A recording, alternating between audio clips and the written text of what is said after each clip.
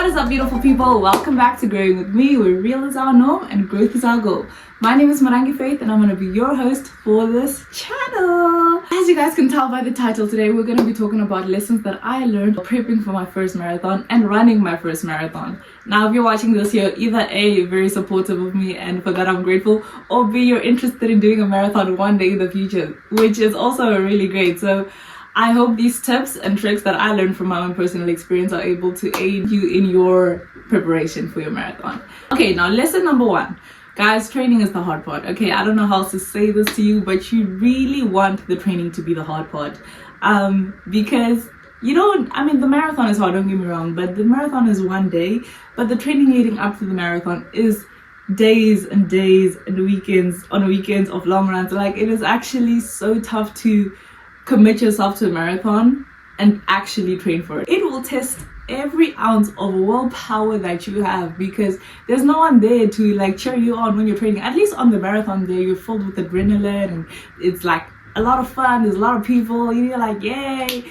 But when you're training, it's actually just you and your thoughts and hopefully some music, but yeah, you want the training to be the hard part, because then the marathon day is actually a lot of fun, because you get to complete it, and if you want to do it under a certain time limit, then you get to do that, and it's really rewarding. But yeah, training is very lonely. It is really hard, especially when your long runs start getting longer, because keep in mind a marathon is 42 kilometers, so you want to at least run 30 kilometers beforehand. Now, running 30 kilometers is long and it's far, and if you're doing it alone, which I did, it's very lonely. So yeah, training is harder than the actual marathon, but it's also a good thing, because then you actually get to enjoy the marathon.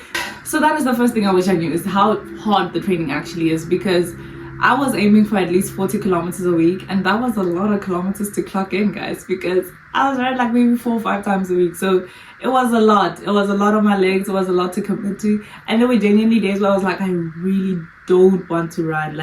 I would internally cringe at the thought of putting on my running shoes.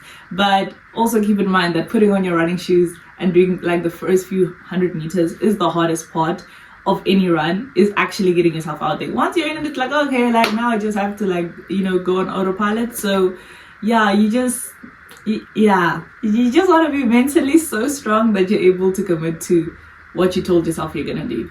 Okay, now the second thing I wish I knew, guys, is that you want to prioritize volume over speed. And what I mean by this is, you don't want to PB every run that you go on. Some runs you genuinely go on them just to be okay, I'm showing up for this training and I'm really just gonna get some time on my feet. Because also remember that when you're running the actual marathon, you're on your feet for so long, it actually gets disgusting. So you need to let your feet get used to being on themselves, even if they're not going fast. So yeah, you don't need to PB every run, guys. It's no point if you do a really fast 5K today, and then tomorrow and the day after that you don't run at all, because your body's still trying to recover. So the slower you run, the less fatigued your body is, and the more runs you'll be able to get in, because you can actually recover much quicker. And the longer you can run as well if you run slower. And now the third thing that I wish I knew, guys, is how important it is to study your body. And what I mean by this is that we all have different bodies and you all have different strengths and weaknesses. So for example, a weakness that I have is that my foot is flat. Okay, so I have no arc to support my foot. So every time I run, my foot collapses. And what that does is it tears on the muscles and the tendons around the foot and shin area. So I get a lot of shin splints, and there is no cure for my flat-footedness, because unfortunately that's just how God made me understand. But what I had to do is actually strengthen a lot of my calf muscles and do a lot of foot exercises to strengthen the muscles around my foot. So it is very important to study your body and treat injuries as early as possible, because there was a while where I was just running, I was just surely but no, I had to go to a physio and I had to ask questions, and she told me everything that I know now, and she told me how to strengthen my weaknesses so I can be able to run longer without injuries. So yeah, study your body. If you're in pain, go to a physio quickly. Okay. don't run through the pain. That's very foolish. It's a very foolish thing to do, because you might just permanently cause damage, and now you can't run for the next 30 years of your life because you didn't go to a physio early enough. So invest in a good physio and study your body. Whatever hurts, be like, okay, why is this the reason? Also, if you don't want to go to a physio, ChatGPT is a lot of help, Google things. Like research will allow you to understand a little bit of what's going on your body. But if you can, then go to a good physio. Okay, so that is the third thing that I wish I knew. Okay, now the fourth thing that I wish I knew, guys, is how important it is to study your route, the route of your actual marathon, and to try and mimic its characteristics. Now, I kind of had an idea that it might be important to incorporate like aspects of the actual marathon route in my training. For example, I knew that niceness elevation was crazy, so I did, I tried to do at least one hill sprint session a week, where I just run up, a bit of a steeper road and down, and try to get my legs used to running uphill, and strengthen them accordingly. But I think what I did not execute well is that all my long runs were on very flat surfaces. So in as much as my legs could go up an incline for, maybe like 500 meters, the moment that incline was longer than a kilometer, I was like, now what's this nonsense? So I wish I did my long runs on more elevated areas instead of just, running flat. I think that would have helped me with the actual marathon. So if you know that your marathon's going to have, a lot of inclines, then get used to running inclines. Like, you can't walk every incline you see. I was also guilty of that. When I was doing my long runs and I see an elevated, or like I see a uphill, I'd be like, I think this is where I'm going to take my hydration break and take my gels. So yeah, it is very important to know the route that you're going to be running.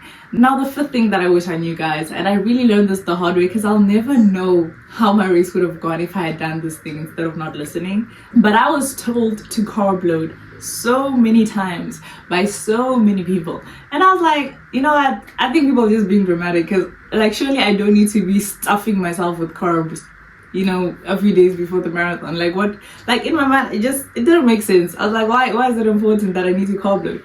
But on marathon day, guys, I cramped so bad, and I'll never know if I carb loaded would I have cramped, because I had a goal time in mind. I really wanted a sub 5 hour marathon, but because I had so many cramps, I ended up running 5 hours and 35 minutes. So I'm like, I need a rematch with the marathon, but this time, guys, I'm really gonna carb load. So I have signed up for my next marathon. It is on the 24th of October, and best believe I am gonna be carb loading until I myself am a carb, because I really cannot go out of 2026 without a sub 5 hour marathon. I think the day before the marathon, I hadn't eaten anything the whole day, and then we went out for dinner with friends, and I ordered pasta because I was like, carbs, like, I'm actually, I'll order carbs just to, do right by myself. And the pasta I got was a bit spicy, so I was very apprehensive about eating it, because I was like, oh, what if the spice catches me tomorrow on the road? So I was like, you know what, I'm actually just gonna eat half of it. So I only ate half the pasta,